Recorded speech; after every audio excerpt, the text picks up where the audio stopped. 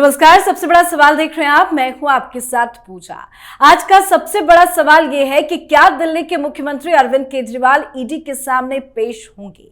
और यह सवाल इसलिए क्योंकि शराब घोटाले में फंसे अरविंद केजरीवाल को ईडी ने तीसरी बार समन कर आज पूछताछ के लिए बुलाया है।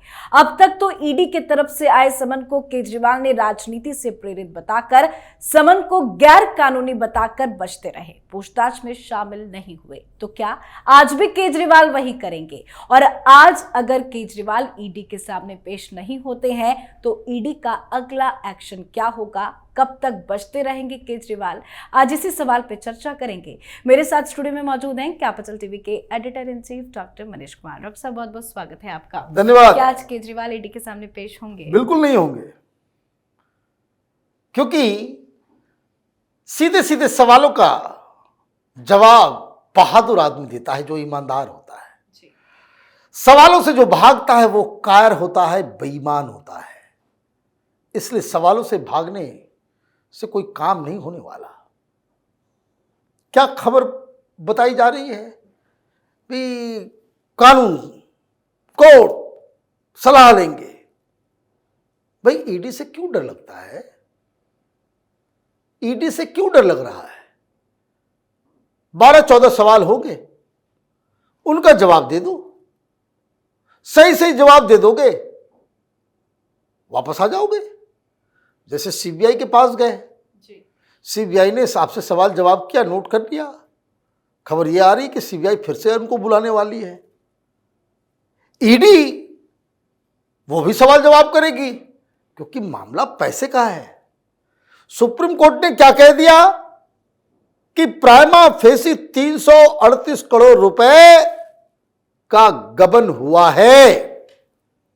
यह साफ साफ हमें नजर आ रहा है। यह सुप्रीम कोर्ट ने कहा मनीष सिसोदिया के केस में। और उस दौरान सुप्रीम कोर्ट ने यह भी कहा ईडी से कि ये पैसे तो आ गए, लेकिन खर्च चुनाव के प्रचार में किया गया। तो भाई, आम आदमी पार्टी को आपने अभियुक्त क्यों नहीं बनाया, आरोपी क्यों नहीं बनाया? तो ईडी ने कहा माय लॉर्ड, हम बना देंगे। तो आम आदमी पार्टी को भी आरोपी बना दिया गया। अब आम आदमी पार्टी कट्टर ईमानदार से भ्रष्टाचारी पार्टी हो गई।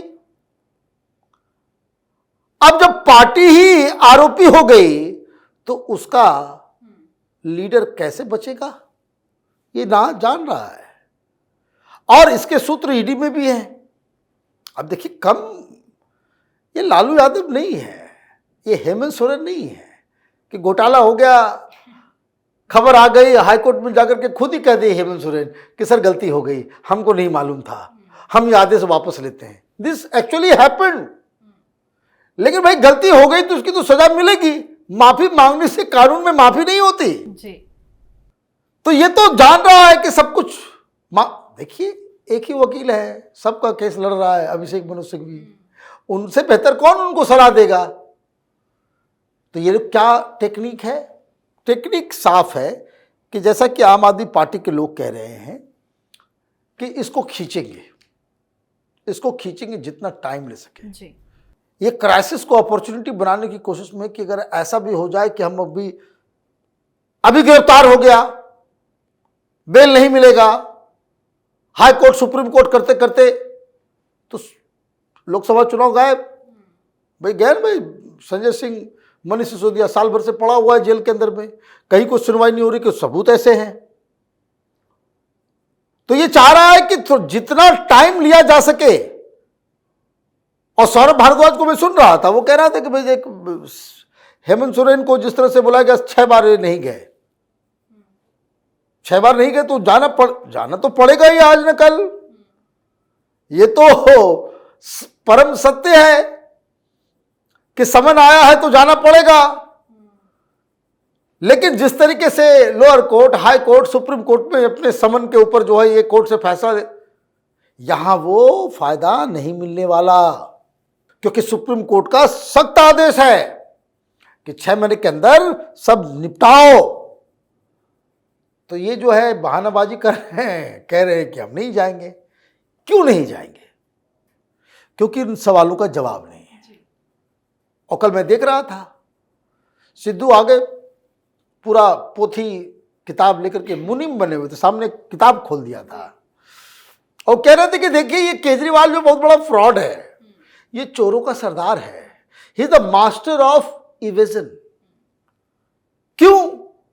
उन्होंने पूरा हिसाब किताब दिया और हिसाब किताब इतना पक्का जिसका जवाब आम आदमी पार्टी क्या ब्रह्मांड में कोई व्यक्ति नहीं दे सकता है, क्योंकि वो दिखते ही लगता है कि भाई चोरी हुई है। कारण क्या है? उन्होंने बताया कि देखिए शीला दीक्षित थी, वो ईमानदार थी। शीला दीक्षित के समय 7800 करोड़ के आसपास सेल से पैसा आता था। दारू की बिक्री दिल्ली में कितनी? 7800 करोड़ रुपए, 7800 समथिंग करोड़। और उसमें दिल्ली सरकार को शीला दीक्षित के जमाने में फायदा होता था 3300 करोड़ के आसपास, 3372 करोड़ रुपए। अच्छा, सरकारी आंकड़े इसने निकाल के लाए। पहली बार मैंने देखा इतने सीरियस और बहुत ही सही। मतलब 7800 करोड़ में 3300 करोड़ जो है फायदा हो रहा है। किसको? दिल्ली सरकार को। और ये तो आईआईटी का पास है, पता नहीं क्या पढ़ा, चीटिंग से पास किया और इनकम टैक्स में भी था। इसने नीति लगाई तो जो 7800 करोड़ रुपए की बिक्री हो रही थी वो 13800 हो गया बिक्री। तो अगर बिक्री 7800 करोड़ से वो 13500 करोड़ हो जाएगा तो मुनाफा बढ़ेगा या घटेगा? बढ़ेगा। 7800 में कितना मुनाफा हो रहा था? 3372 करोड़, 3372 करोड़। और ये 500 करोड़ रुपए की बिक्री हो रही है और फायदा जो सरकार के खजाने में आ रहा है वो 3300 से घट के पहुंच गया 302 करोड़ रुपए, 3000 करोड़ रुपए कम। किसके पॉकेट में गया? यहां जबकि 7800 करोड़ रुपए की बिक्री में इतना फायदा हो रहा है और उधर 13500 करोड़ रुपए की बिक्री हुई और फायदा सिर्फ जो है 302 करोड़ रुपए। कहां चट कर गए भाई? इनकम टैक्स डिपार्टमेंट ने यही सिखाया तुमको? हिसाब में गड़बड़। क्यों ऐसा हुआ? तो उन्होंने कहा कि भाई देखिए पहले जो है एक दारू का बोतल, कैसे एक बोतल का उन्होंने एग्जाम्पल दिया कि 530 रुपए में एक बोतल मिल रहा था। तो उसमें होता यह था कि 33 रुपए, 530 रुपए का बोतल है तो 33 रुपए कहां जा रहा है? रिटेल जो बेच रहा है उसका। और सरकारी खजाने में 530 रुपए बोतल में सरकार के पास कितना आ रहा है? 330 रुपए। ये पहले पुरानी। आपने क्या किया? आप आते ही केजरीवाल मैं बनिया हूं, हैं धंधा करना जानता हूं। अरे भाई कोई दूसरा धंधा कर लिए होते, धंधा करना जानता हूं। तो धंधा करना जानते क्या किया इसने? ये 530 को 560 रुपए कर दिया, मतलब 30 रुपया जो है वो चढ़ा दिया। और उसके बाद ये जो रिटेल को पहले 530 के बोतल में 33 रुपए मिल रहा था, इसने बढ़ा करके कर दिया 363 रुपए।